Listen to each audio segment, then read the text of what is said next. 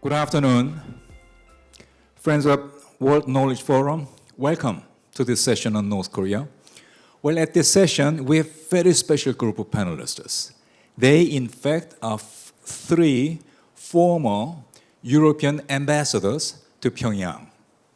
And then you would understand, well, Pyongyang, North Korea, of course, it is one of the most closed societies in the whole world. And what would it be like to be walking and living in a place like Pyongyang? So that, in fact, is the reason why I'm saying today we have a very special group of panelists. So we have Ambassador John Everard, who used to be Ambassador of UK to North Korea from 2006 to 2008. And then we have Ambassador Thomas Schäfer, who used to be Ambassador of Germany, not once but two times in Pyongyang. And then last but not the least, we have Ambassador Colin Crooks, who used to be Ambassador of, again, UK to Pyongyang from 2018 to 2021.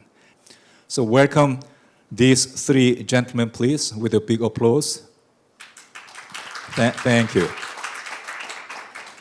So, Ambassador Everard, let me start with you. So as I just said, North Korea is one of the most closed societies in the whole world. But I guess even in North Korea, there could have been some interesting anecdotes that you may wish to share with us. North Korea is a country with lots of anecdotes, and it's not as closed or reclusive as people tend to think. These are Koreans. They're people like you. They are naturally warm, and they love to sit and talk. I spent many hours in North Korea sitting drinking green tea, which is what actually fuels North Korean society, talking to North Koreans. But yes, an anecdote. As I think some of you know, I'm a keen cyclist, and I often used to go for cycling trips around Pyongyang. And on several occasions, I missed the line. I went outside the area that foreigners are supposed to circulate within, by accident. I wasn't doing it deliberately. On one occasion, I cycled back into Pyongyang through this line up to a North Korean army checkpoint. So coming from the wrong side, I somehow got out of the area. I was trying to get home. And I was flagged down by a very nervous North Korean soldier who said, what are you doing? You're not supposed to be here. And he sort of held my bicycle and said, please, come this way. Now, I need to report this to my commanding officer. So they put my bicycle in a shed, and he walked with me to find the commanding officer. And the commanding officer came out. And North Koreans tend not to be very big, but this was a big man. And he looked at me, and he said, 이렇게 규칙을 여기 하면 어떻게 합니까? 이 문신은 개인적으로 처리하겠습니다. So I thought, oh dear, now I'm in real trouble. And he took me into his office. He glared at the soldier and said, okay, go away. And he slammed the door. And he looked at me and said, I'm so glad to meet you. I've never met a British person before. Tell me, have you ever seen Manchester United play?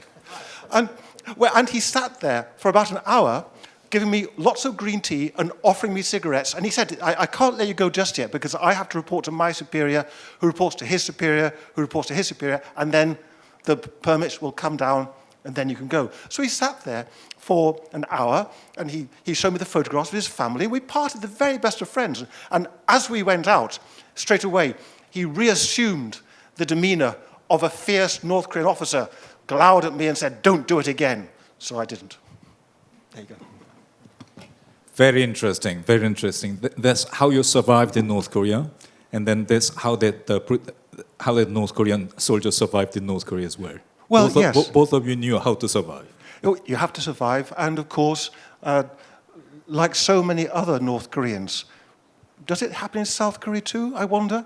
You put on one face to your superior and another when you're at home or amongst friends. It's that kind of society. Well, John, I would call it survival instinct. Okay. But anyhow, let me move on to more serious business, which is 2006. Large number of Korean audience here. When I say 2006 in North Korea, one thing which will immediately come up in their mind would be, yes, that was the year when North Korea had its first nuclear testing. And personally, it came as a big surprise to me. And then you were very much there in Pyongyang. So how did you feel about that? Let me tell you how we learned about the nuclear test in Pyongyang. On the day of the test, my German colleague, so Thomas's predecessor, was celebrating German National Day. It was a big party in the biggest room in the German embassy, and he'd very kindly invited me, he'd invited other diplomatic colleagues, and he was sitting at the high table with the guest of honor, who was a North Korean Vice Minister of Foreign Affairs on his right, as one does on these occasions in North Korea. Now, in Pyongyang, the British embassy is in the same building as the German embassy. The European spirit burns bright. And I had to go to my embassy to pick something up. I've forgotten what it was now. So I went upstairs, and I thought, as I'm here, I'll just check the BBC News to see if anything interesting is happening.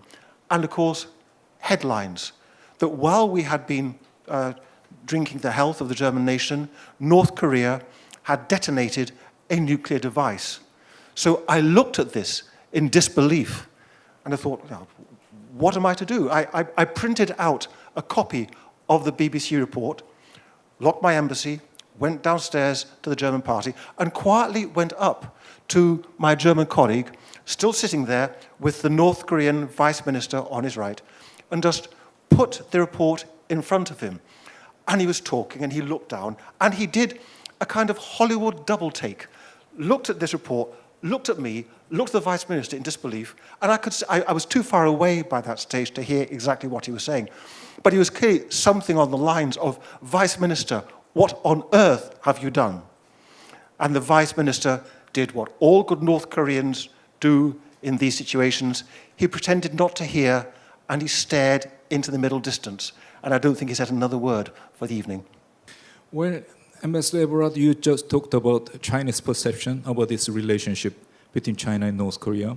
And then that, in fact, was much of an issue between North Korea and China, how each one of them look upon each other. And then that was much of an issue during Chairman Kim Jong-il's time as well.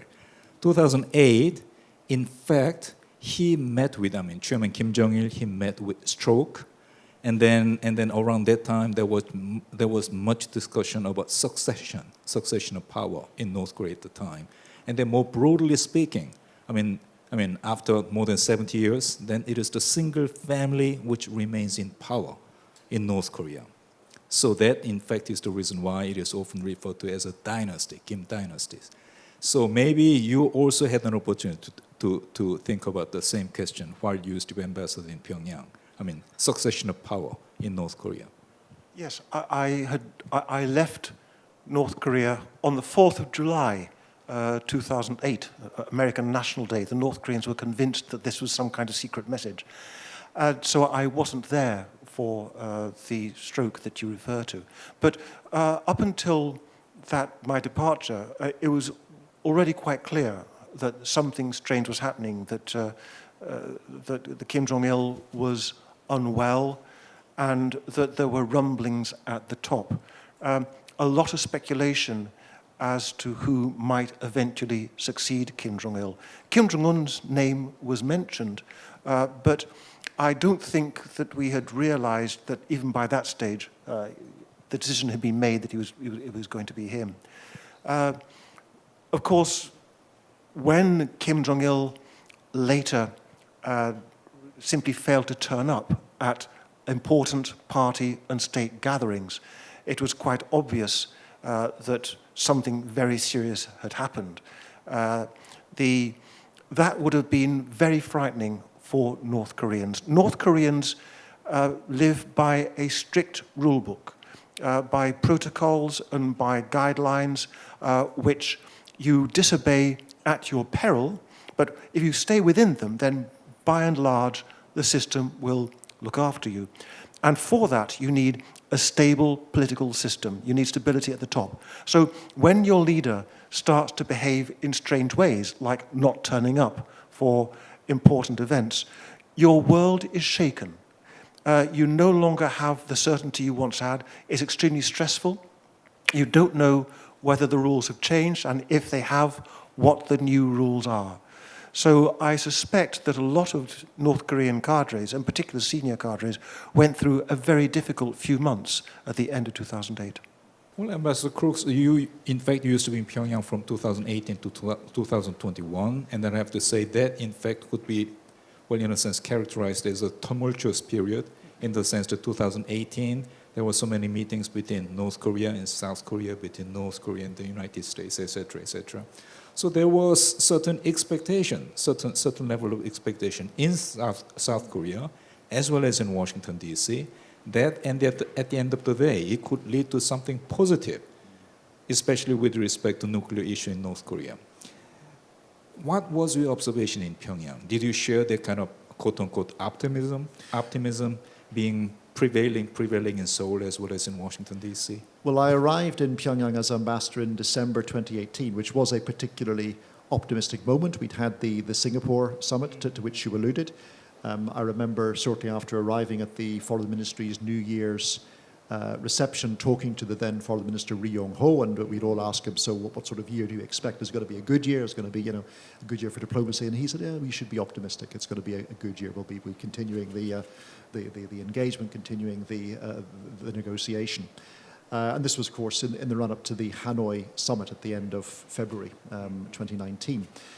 I think that at that point, not just foreigners, not just South Koreans, Americans, ordinary North Koreans, but also the North Korean leadership were optimistic.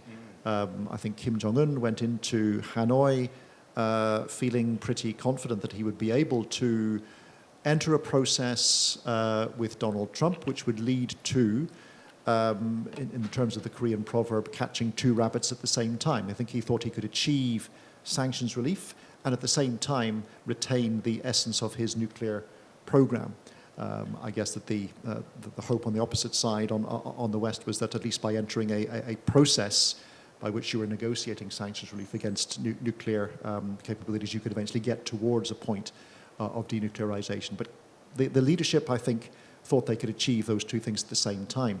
So when President Trump walked out of Hanoi, I think it was a massive shock for the leadership and for Chairman Kim in particular. And I think we are still really seeing the implications of that shock work their way through North Korean policy.